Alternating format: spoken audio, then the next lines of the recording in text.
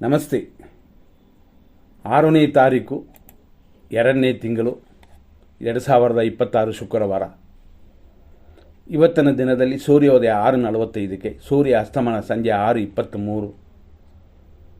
ಪಂಚಮಿ ತಿಥಿ ಇದೆ ಬೆಳಗ್ಗೆ 6:45ರಿಂದ ರಾತ್ರಿ 1:18ವರೆಗೂ ಶುಭವಾಗಿದೆ. ನೆಕ್ಸ್ಟ್ ಬರೋದು ಷಷ್ಠಿ ತಿಥಿ, ಅಂದರೆ 6ನೇ ತಿಥಿ. ಅದು ರಾತ್ರಿ 1:19ರಿಂದ ಸ್ಟಾರ್ಟ್ ಆಗಿ ನಾಳೆಯವರೆಗೆ ಇರುತ್ತದೆ. ಇವತ್ತಿನ ಬೇರೆ ಯೋಗಗಳು ಏನು ಅಂತಂದರೆ, ಹಸ್ತ ನಕ್ಷತ್ರ ಮತ್ತು ಚಿತ್ತಾ ನಕ್ಷತ್ರ ಎರಡು ಕನ್ಯಾ ರಾಶಿಯಲ್ಲಿರುತ್ತದೆ.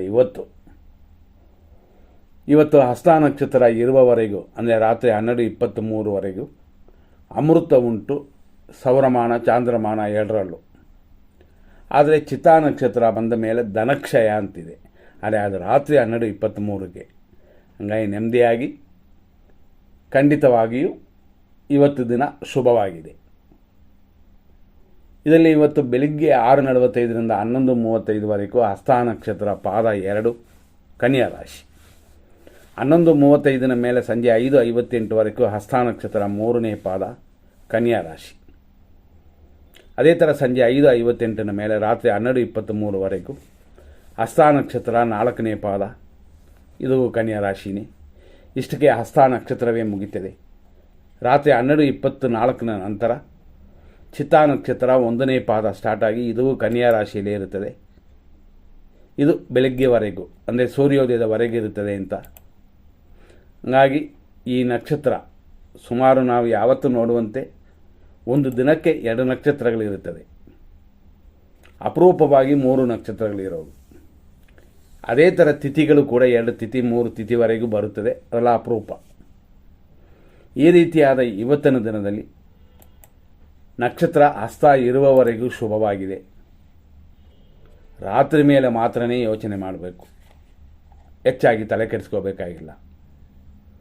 ಇವತ್ತು ಅಭಿಜಿತ್ ಮುಹೂರ್ತ 12:11ರಿಂದ 12:57. ವಿಜಯ ಮುಹೂರ್ತ ಮಧ್ಯಾಹ್ನ 2:30ರಿಂದ 3:17. ಅದೇ ಥರ ಅಮೃತ ಕಾಲ ಬರೋದು 18:02, ಅಂದರೆ ಸಂಜೆ 6:02ರಿಂದ 7:44ವರೆಗೂ. ಇಷ್ಟೆಲ್ಲ ನೋಡಿಕೊಂಡ್ರೆ ನೆಕ್ಸ್ಟ್ ನಾವು ನೋಡುವಂಥದ್ದು 100% ಶುಭ ಸಮಯಗಳನ್ನು. ಅಂದರೆ ದಿನ ಚೆನ್ನಾಗಿದೆ, ಕೆಲವು ಕಾರ್ಯಗಳೆಲ್ಲ ಮಾಡಬಹುದು. ಆದರೂ ಒಂದು ವಿಷಯ ನಾವು ಏನು ನೋಡಬೇಕು ಅಂತಂದರೆ, ಕರಗುವ ಚಂದ್ರ ಎರಡಿದೆ. ಒಂದು ಬೆಳೆಯುವ ಚಂದ್ರ, ಇನ್ನೊಂದು ಕರಗುವ ಚಂದ್ರ ಅಂತ. ಸಾಮಾನ್ಯವಾಗಿ ನಮ್ಮಲ್ಲಿ ಬೆಳೆಯುವ ಚಂದ್ರಲ್ಲಿ ಮುಹೂರ್ತ ಕಾರ್ಯಗಳು ಮಾಡುತ್ತಾರೆ.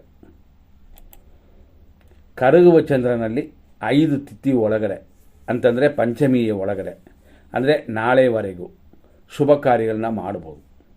ಅಂದರೆ ಇದರ ಅರ್ಥ ಏನು ಅಂತಂದರೆ, ಚಂದ್ರನು ಸೂರ್ಯನ ಹತ್ತಿರ ಇನ್ನೂ ಹೋಗಿಲ್ಲ ಅಂತ. 5 ದಿನ ಆಗಿದೆ ಅಷ್ಟೇ. 14 ದಿನ ಆದ ಮೇಲೇ ಅಮಾವಾಸ್ಯೆ ಬರೋದು. ಆದ್ದರಿಂದಾಗಿ ನಾಳೆಯವರೆಗೂ ಅಂತ ಲೆಕ್ಕಕ್ಕೆ ತೊಗೊಂಡ್ರೆ ಇವತ್ತುವರೆಗೂ ಲಾಸ್ಟ್. ನಾಳೆ ಅಂತಂದರೆ ಅದು ಷಷ್ಠಿ ಬರೋದರಿಂದ ನಾಳೆಯಿಂದ ಶುಭ ಮುಹೂರ್ತ ಕಾರ್ಯಗಳನ್ನು ಮಾಡೋಕ್ಕೆ ಯೋಚನೆ ಮಾಡಬೇಕು. ಇದರಿಂದಾಗಿ ನಾವು ಫಸ್ಟೇ ಹೇಳಿದಂತೆ ಇವತ್ತು ಒಳ್ಳೆಯ ಕಾರ್ಯಗಳನ್ನ ಮಾಡೋಕ್ಕೆ ಅಡ್ಡಿ ಇಲ್ಲ. ಮನೆ ದೇವರನ್ನ ಪ್ರಾರ್ಥನೆ ಮಾಡಿಕೊಳ್ಳಿ.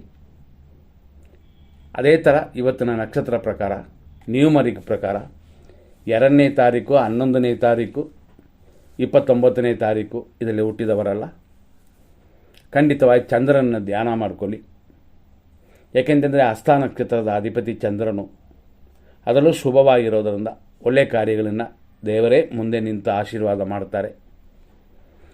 ಬೆಳಿಗ್ಗೆ 6:45ರಿಂದ 7:49ವರೆಗೂ ಇರೋದರಲ್ಲಿ ಒಳ್ಳೆಯ ಟೈಮ್, ಅಂದರೆ ಶುಭ ಸಮಯ.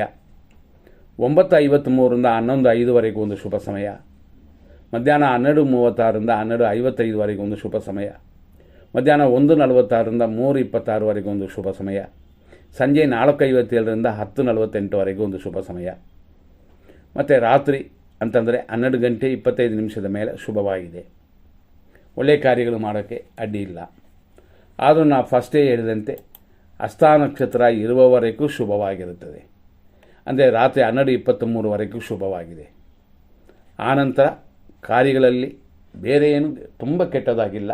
ಆದರೂ ಧನಕ್ಷಯ ಅಂತ ಇರೋದರಿಂದ ಹಣಕಾಸಿನ ಸಂಬಂಧಪಡುವ ವಿಷಯಗಳನ್ನು ಮಾಡಬಾರ್ದು. ಅಷ್ಟರಲ್ಲಿ ರಾತ್ರಿ ಆಗಿರುತ್ತೆ, ನಾವೆಲ್ಲ ಮಲಗಿರ್ತೀವಿ, ಹಂಗಾಗಿ ದೋಷಗಳಿಲ್ಲ. ಬೆಳಗ್ಗೆ ಏನಾದ್ರು ದುಡ್ಡು ಇಟ್ಕೊಂಡು ಮಾರ್ಕೆಟ್ ಹೋಗೋರು ಮಾತ್ರ ಬೆಳಗಿನ ಜಾವದಲ್ಲಿ ಸ್ವಲ್ಪ ಗಮನ ಕೊಡಿ. ಇದರಲ್ಲಿ 100% ಶುಭ ಸಮಯ ಅಂತ ನಾವು ನೋಡಿರುವಂಥ ಈ ಸಮಯಗಳಲ್ಲಿ ಕೆಲವು ಕಾರ್ಯಗಳೆಲ್ಲ ಮಾಡಬಹುದು. ಅದೇ ಥರ 100% ಕೆಟ್ಟ ಟೈಮು ಅಂತ ಬರುತ್ತದೆ. 7:51ರಿಂದ 9:33 ಇದು ನಕ್ಷತ್ರವೇ ವಿಷವಾಗುವ ಸಂಭವ. ಹಂಗಾಗಿ ಹಸ್ತ ನಕ್ಷತ್ರದವರು ಸ್ವಲ್ಪ ಗಮನ ಕೊಡಬೇಕು ಈ ಸಮಯದಲ್ಲಿ. 9 ಗಂಟೆ 4 ನಿಮಿಷದ ಮೇಲೆ 9:51ವರೆಗೂ ದುರ್ಮುಹೂರ್ತ ಬರುತ್ತೆ. ಹಂಗಾಗಿ ಇದೂ ಸೇರಿಕೊಳ್ತದೆ ಅಲ್ಲಿ, ಆದ್ದರಿಂದ ಡಬಲ್ ಆಗಿರುತ್ತದೆ ಎಫೆಕ್ಟು. ಮತ್ತು 11 ಗಂಟೆ 7 ನಿಮಿಷದಿಂದ 12:34ವರೆಗೂ ರಾಹುಕಾಲ ಇರುತ್ತದೆ. ರಾಹುಕಾಲದಲ್ಲಿ ಏನು ಮಾಡಬೇಕು ಅಂತ ಎಲ್ಲರಿಗೂ ಗೊತ್ತು. ದೇವಿಯನ್ನು ಪೂಜೆ ಮಾಡ್ಬೋದು, ನಿಂಬೆಯನ್ನು ದೀಪ ಹಚ್ಚಬೋದು, ಕೆಲವು ಕಾರ್ಯಗಳೆಲ್ಲ ಮುಂದಿಡ್ಬೋದು. ನೆಕ್ಸ್ಟ್ ನಾವು ನೋಡುವಂಥದ್ದು 12:57ರಿಂದ 1:44 ಮಧ್ಯಾಹ್ನದವರೆಗೂ ದುರ್ಮುಹೂರ್ತವಿದೆ. ಇದರಲ್ಲಿ ಬೇರೆ ಏನಾದ್ರು ಬೇಡ್ಕೊಳ್ಳೋದು ಅಂತ ಇಂಥದ್ದೆಲ್ಲ ಬೇಡ. ಆದರೆ ದೇವರ ಪೂಜೆ ಮಾಡೋಕ್ಕೆ ತೊಂದರೆ ಇಲ್ಲ. ಮಧ್ಯಾಹ್ನ 3:58 ಆ ಸಮಯದಿಂದ 4:55ವರೆಗೂ ಯಮಕಂಡ ಕಾಲ. ಆದರೂ 3:28ರಿಂದ 4:55ವರೆಗೂ ಇದು ಪೂರ್ತಿಯಾಗಿರುತ್ತದೆ. ಅದೇ ಥರ ರಾತ್ರಿ 10:50 ಮೇಲೆ 12:23ವರೆಗೂ ಮೃತ್ಯು ಇದೆ. ಈ ಸಮಯಗಳಲ್ಲಿ ಯಾವುದೇ ಶುಭ ಕಾರ್ಯಗಳಾದರೂ ಪ್ರಾರಂಭ ಮಾಡುವಂಥದ್ದು ಒಳ್ಳೆಯದಲ್ಲ.